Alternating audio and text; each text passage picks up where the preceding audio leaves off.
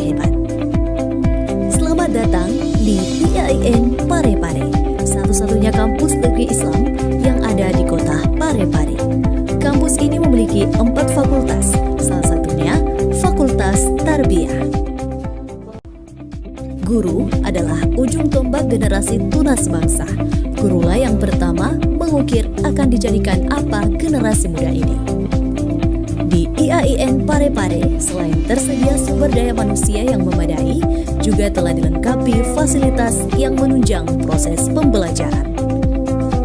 Visi dan misi keilmuan Program Studi Pendidikan Agama Islam Fakultas Tarbiyah Institut Agama Islam Negeri Parepare. Visi keilmuan Program Studi Pendidikan Agama Islam yakni mengembangkan pendidikan agama Islam yang moderat dengan paradigma integrasi interkoneksi antara Islam, budaya, sains, dan teknologi untuk menghasilkan lulusan yang unggul. Tujuan keilmuan Program Studi Pendidikan Agama Islam 1. Menghasilkan pendidik praktisi pendidikan agama Islam yang unggul dengan berparadigma integrasi interkoneksi yang selaras dengan perkembangan teknologi informasi berbasis akulturasi Islam dan budaya. 2. Menghasilkan karya ilmiah dan karya inovatif dalam bidang pendidikan agama Islam yang unggul dengan berparadigma integrasi interkoneksi yang selaras dengan perkembangan teknologi informasi berbasis akulturasi Islam dan budaya.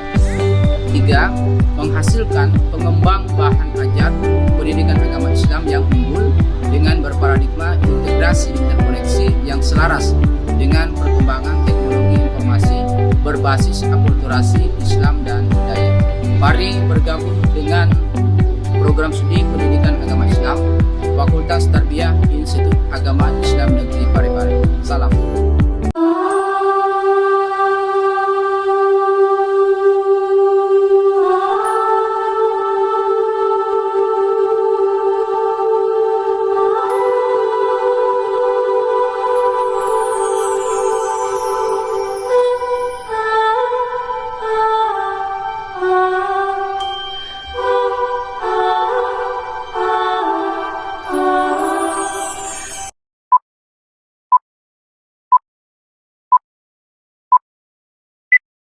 They to turn up, bro, blow it on up till I can't even think no more. Get ready to go dumb, then go more dumb, then we can keep it lit, let's go.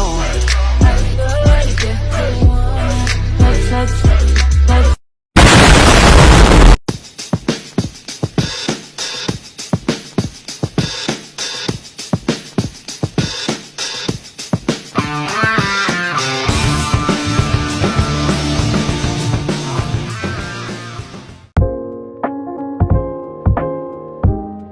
Assalamualaikum warahmatullahi wabarakatuh. Waalaikumsalam warahmatullahi wabarakatuh.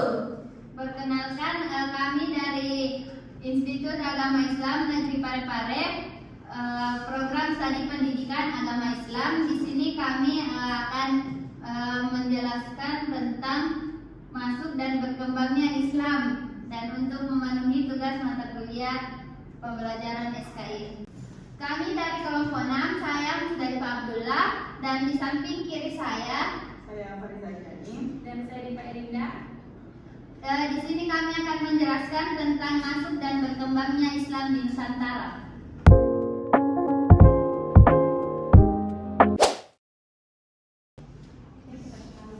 Baiklah, Assalamualaikum warahmatullahi wabarakatuh. Waalaikumsalam warahmatullahi wabarakatuh. Di sini saya akan menjelaskan tentang masuk dan berkembangnya Islam di Nusantara.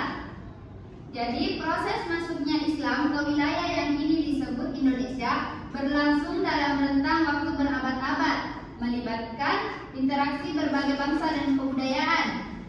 Seiring berjalannya waktu, Islam berkembang dan membentuk identitas unik di Nusantara, berbeda dari bentuk Islam di Timur Tengah maupun wilayah lain.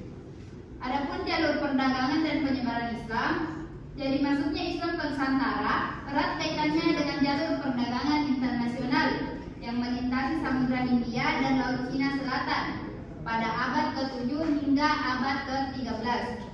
Wilayah Nusantara, terutama Sumatera dan Jawa, menjadi persinggahan penting bagi para pedagang dari berbagai wilayah, termasuk Arab, Persia, dan Gujarat, India.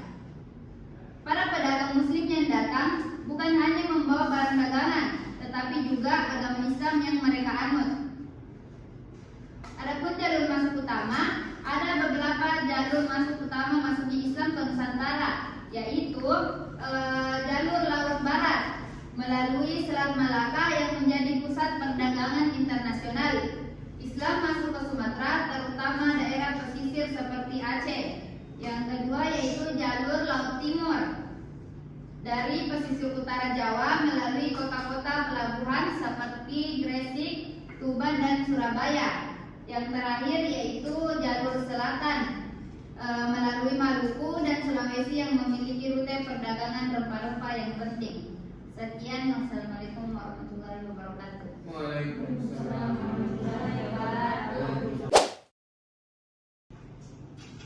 Bismillahirrahmanirrahim. Assalamualaikum warahmatullahi wabarakatuh. Waalaikumsalam warahmatullahi wabarakatuh. Jadi saya di sini akan menjelaskan mengenai faktor-faktor penyebaran Islam di Nusantara. Jadi ada beberapa faktor yang menyebabkan Islam menyebar di Nusantara. Jadi faktor yang pertama, adanya penyebaran damai melalui perdagangan. Salah satu faktor utama yang menyebabkan Islam mudah diterima di Nusantara adalah penyebarannya yang damai melalui perdagangan. Islam lebih mudah diterima di masyarakat karena ini tidak adanya penaklukan atau kekerasan. Yang kedua, adanya pernikahan dengan penduduk lokal. Para pedagang muslim seringkali menikah dengan penduduk lokal yang dimana ini dapat memperkuat ikatan sosial dan politik antara pedagang muslim dan penduduk asli. Pernikahan ini menjadi saluran penting dalam penyebaran agama Islam karena anak-anak hasil dari pernikahan tersebut biasanya dibesarkan dengan ajaran Islam. Faktor yang selanjutnya, peran para ulama dan sufi. Selain perdagangan, ulama dan sufi memainkan peran penting dalam menyebarkan Islam di Nusantara. Mereka mengajarkan ajaran Islam melalui dakwah dan pendekatan tasawuf, yang dimana ini lebih menekankan pada pengalaman spiritual dan hubungan personal dengan Tuhan. Yang terakhir mengenai faktor yang terakhir itu mengenai kerajaan-kerajaan Islam. Nah, peran kerajaan-kerajaan Islam di Nusantara juga sangat signifikan dalam penyebaran Islam, yang dimana ada banyak kerajaan Hindu-Buddha yang akhirnya beralih menjadi kerajaan Islam, baik karena adanya pengaruh politik, ekonomi maupun dakwah. Nah, ada beberapa kerajaan Islam yang berperan penting seperti Kerajaan Samudra Pasai, Kesultanan Aceh, Kesultanan Demak, dan Kesultanan Mataram. Nah, itulah tadi penjelasan dari saya mengenai apa saja faktor-faktor penyebaran Islam di Nusantara. Mohon maaf jika ada kesalahan ataupun ada yang keliru. Sekian dan terima kasih. Wassalamualaikum warahmatullahi wabarakatuh. Assalamualaikum warahmatullahi wabarakatuh. Waalaikumsalam warahmatullahi wabarakatuh. Apakah adik-adik sudah kenal dengan saya? Belum. Jadi perkenalkan, nama saya Deva Elinda, bisa dipanggil Kak Papa. Saya berasal dari Sidrap. Di sini saya akan menjelaskan mengenai pengaruh Islam terhadap budaya dan masyarakat Nusantara. Masuknya Islam membawa perubahan signifikan dalam berbagai aspek kehidupan masyarakat di Nusantara, baik dalam sistem sosial, politik maupun budaya. Yang pertama, sistem pemerintahan dan hukum. Seiring dengan berkembangnya kerajaan-kerajaan Islam, konsep pemerintahan berbasis syariat Islam mulai diterapkan. Banyak kerajaan yang mulai menerapkan hukum Islam seperti hukum waris dan hukum pernikahan. Selain itu, gelar-gelar kesultanan juga mulai menggantikan gelar-gelar tradisional Hindu dan Buddha. Yang kedua, bahasa dan sastra. Islam juga mempengaruhi perkembangan bahasa dan sastra di Nusantara. Bahasa Melayu yang menjadi lingua franca di wilayah perdagangan mengalami pengaruh kuat dari bahasa Arab dan Persia. terutama dalam kosakata yang berkaitan dengan agama dan perdagangan. Selain itu, sastra Islam seperti hikayat, syair, dan saluk berkembang atau menggunakan ajaran Islam dengan tradisi lisan dan sastra lokal. Yang ketiga, seni dan arsitektur. Islam memperkenalkan bentuk seni dan arsitektur di Nusantara seperti seni kaligrafi dan arsitektur masjid. Masjid-masjid Nusantara memiliki karakteristik unik yang mencerminkan akulturasi antara budaya lokal dan pengaruh Islam. Misalnya, Masjid Agung Demak memiliki arsitektur yang menggabungkan elemen Hindu dengan gaya Islam. Itulah tadi penyampaian materi dari saya. Kurang dan lebihnya mohon dimaafkan. Assalamualaikum warahmatullahi wabarakatuh. Waalaikumsalam warahmatullahi wabarakatuh. Baiklah teman-teman sekalian, jadi selanjutnya saya akan memberikan kuis. Jadi tolong yang bisa menjawab diangkat tangannya ya. Jadi saya akan membacakan pertanyaannya. Dengarkan baik-baik ya. Yang pertama, bagaimana cara Islam pertama kali masuk ke wilayah Nusantara? A. Melalui jalur udara. B. Melalui jalur perdagangan. C. Melalui jalur hutan. D. Melalui jalur bawah tanah.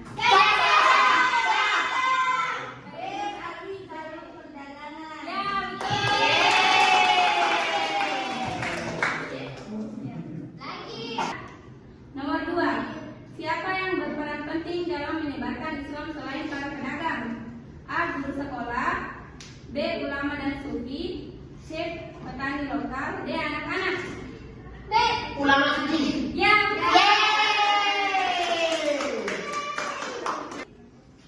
Terakhir. Apa yang membuat Islam mudah diterima Nusantara? A. Penyebaran melalui perang. B. Penyebaran damai melalui perdagangan. C. Penyebaran melalui sihir. D. Penyebaran melalui binatang. B. Ya, betul.